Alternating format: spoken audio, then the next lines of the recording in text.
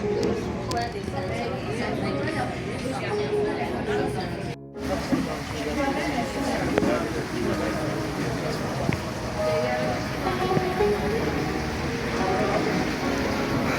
bugün şəhidimizin il dönümüdür. Bax o barədə öz fikirlərinizi bildirərdiniz.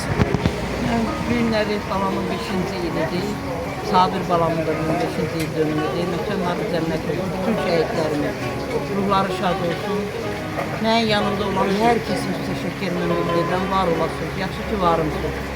Yaxşı ki mənim bacılarım, qardaşlarım, sizlər, evlatlarım varımsınız.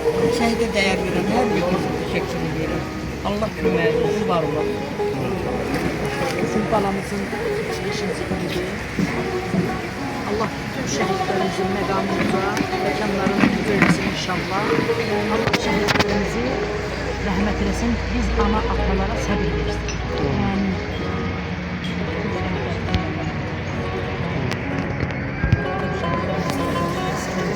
Balamızın 5-ci ilidir. Arzu Allah'ın yanında olan başımıza bol olsun. Yeni yaşadığımızın aldığını Allah səbir etsin. Buyurun ana, siz özlər sözünüzü.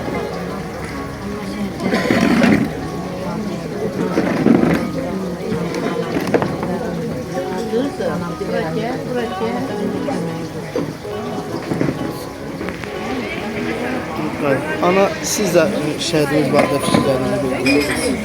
Kəmran balamızın 5-ci ilində mən burada Kəmran balama sən də rahat qoyur. Sən Çınarın məsələ verir. Sənin yerində 2 dənə Kəmran kimi igid oğul böyüyür. Allah Teala onlara can sağlığı versin. Onlar arzu ederim ki, öz atalarının adına layiqli evlat böyüsünlər inşallah.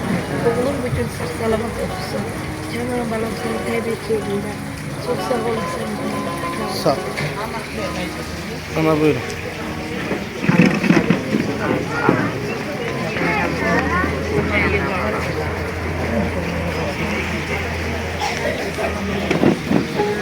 Evet, sizin de nasıl sözünüz var?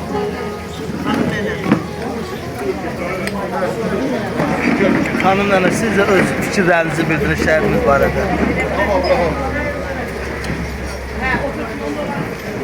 Şəhid haqqında danışmaq çox can sıxıntıdır. İçində də, ikinci də ki,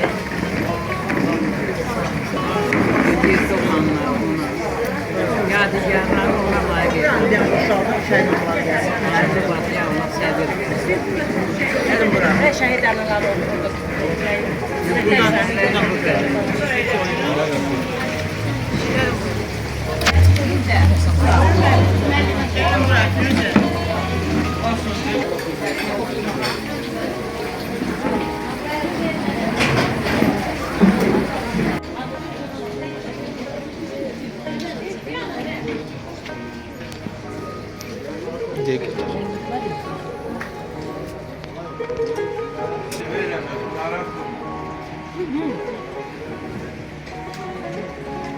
Ana, siz də fikirlərinizi bildirərdiniz. Bax, bugün şəhidimizin il dönümü ilə bağlı. Allah'a şəhidlərimizin məqamını çəkilsin. Kəmran balamızın da, Sabir balamızın da 5-ci ildir. Allah ailələrine əzlərlə səbir versin. Şəhidlərimizin məqamını Ana, sizin də fikirlərinizi bildirərdik. Allah məqamlarını uca eləsin. Sabir balamda, Kəmran balamda. Şəhidlərimin məqamını çəkilsin. Analar, atalara səbir versin. Sağ ol. Senin belli.